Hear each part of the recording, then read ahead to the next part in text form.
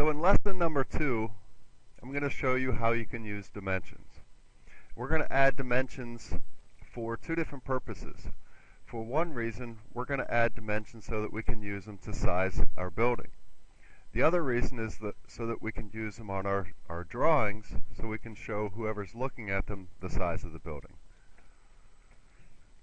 So if I just zoom in real close here and I click on that wall,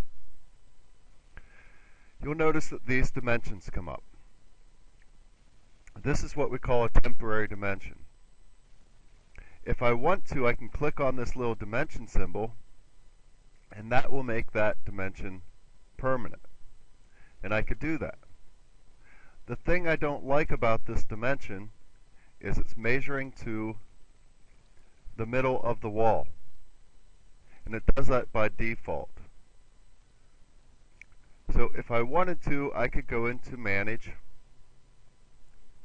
Additional Settings, I could choose Temporary Dimensions, and I could tell it how temporary dimensions measure. Remember, we talked about the core.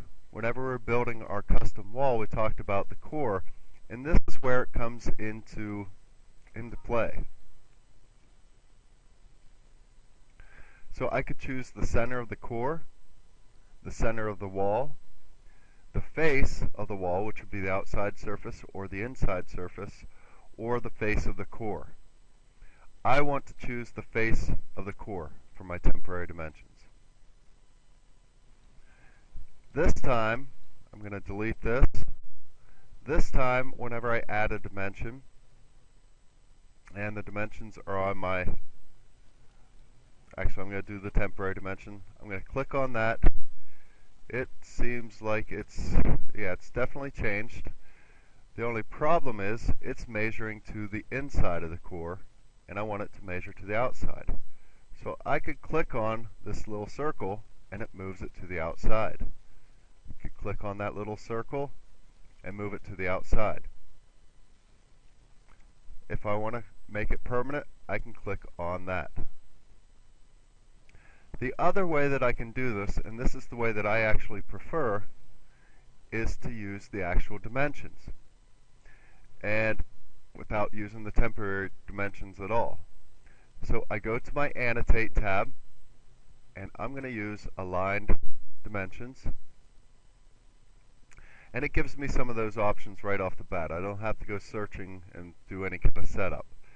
So I'm going to use the face of core, faces of core, for where to put them, and I'm going to leave this on individual reference. So this time I'm going to zoom in so you can see this, and it'll let me choose 3 different options. I know enough that if I pick the outside of the wall, it's going to pick it exactly where I need it. And that's what I'm going to do. I'm going to measure from the outside of this wall to the outside of this wall.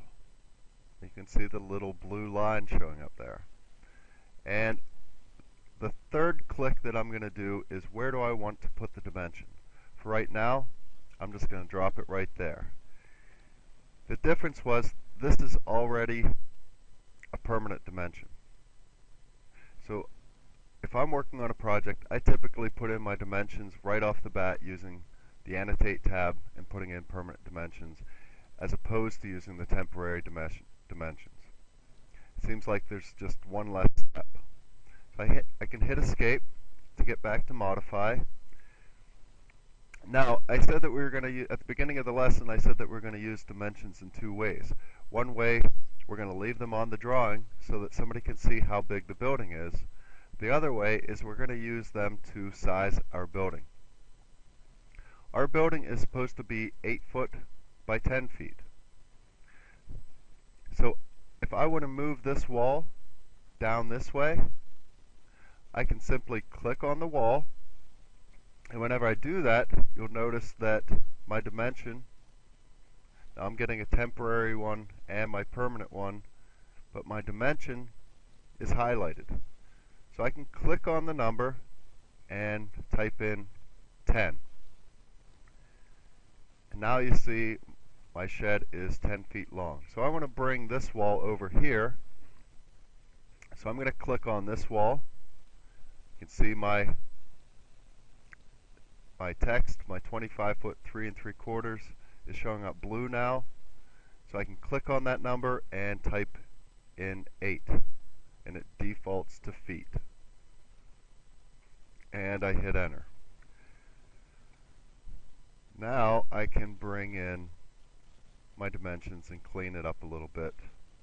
And there's my 8-foot by 10-foot shed, and it's actually measuring to what I want to measure. The last thing I'm going to show you here, just so that you can see visually a little bit better, I'm going to change my scale of my drawing from an 1/8, and we're going to change it to 1 inch equals a foot. And we're just going to do this temporarily, just so you can see what's going on. And let's change it to